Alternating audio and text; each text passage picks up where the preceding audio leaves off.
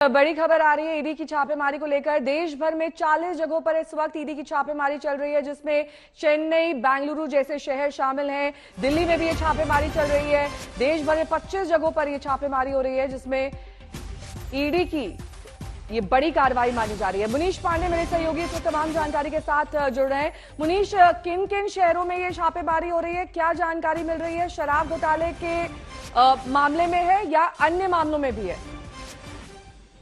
तो देखिए नेहा, जो जानकारी निकल कर आ रही है उसके मुताबिक पंजाब, हैदराबाद, मैंगलोर और चेन्नई, इन जगहों पर 40 ठिकाने ऐसे हैं जहां पर ईडी की छापेमारी चल रही है। ये छापेमारी जो शराब नीति थी दिल्ली में उसको लेकर ये चल रही है। और जो सूत्र हैं वो ये बता रहे हैं कि इस मामले में जो आज की छापेमारी है वो ज्यादातर उन लोगों के ऊपर है जो शराब के व्यापार में और उसको बनाने में शामिल थे।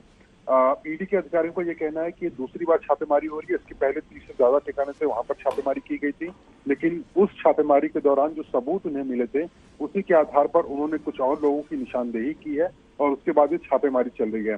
ईडी का जो मामला है, आपको याद होगा कि इस मामले में मनीष सिसोदिया जो दिल्ली के उप मुख्यमंत्री हैं उनको अक्यूज नंबर 1 यानी कि आरोपी नंबर 1 बनाया गया है।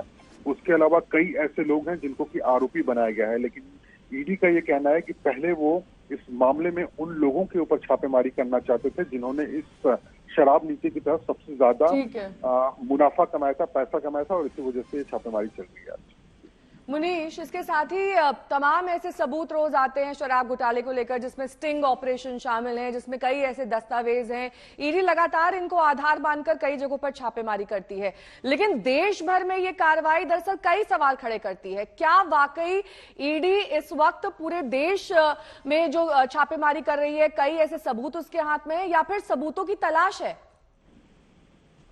देखिए, बहुत बेहद अहम सवाल है आपका। देखिए, ईडी के अधिकारियों से मैंने बात की है, उनका कहना है कि उनके पास शुरुआती सबूत मिल गए हैं और शुरुआती सबूत के आधार पर उन्होंने जो केस बनाना शुरू किया उसमें वो उनका साफ तौर पे कहना है कि इसमें सबसे ज्यादा मुनाफा जो है वो लिकर बिजनेस में जो लोग इन्वॉल्व थे, शराब के धंधे में जो लोग इन्वॉल्व थे उनको मिल रहा था।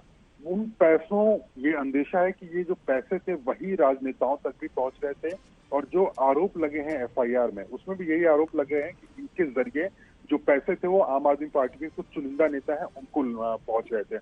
इसी की वजह से ईडी ने जो दिल्ली की शराब नीति थी उसके संबंध में पंजाब के कुछ अधिकारी थे उसके पहले जो एक्साइज पॉलिसी में काम कर रहे थे उनके यहाँ पर छापेमारी की थी, जो शराब बनाते थे उनके यहाँ पर छापेमारी की थी।